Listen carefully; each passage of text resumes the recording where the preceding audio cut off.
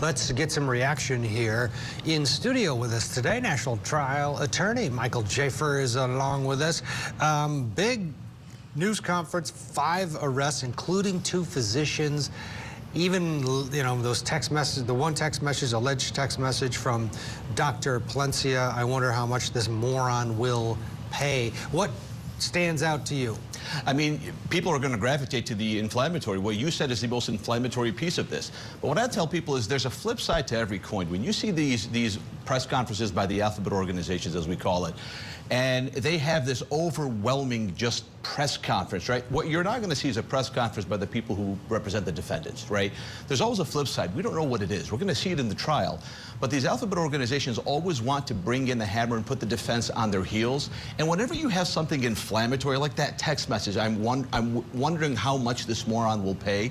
I mean, that's very inflammatory. We don't know what came before that and what came after that. But there was a little nugget at the end of that press conference when the DEA came up and they said, well, you know, it started with the doctors, but it ended with unscrupulous people, and the doctors should have, protected him. What people don't know is that these pain doctors, the thing that keeps them up at night is weaning people off. I know of many pain doctors, I represent a few, where they'll get death threats from their patients when they cut them off, right? I'm not saying they shouldn't.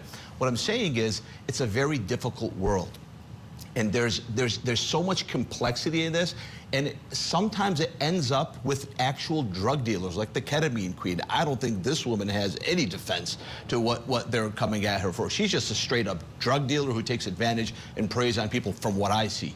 But the people that led up to it also were indicted, and we just don't know the level of their culpability or whether or not they could have done anything different.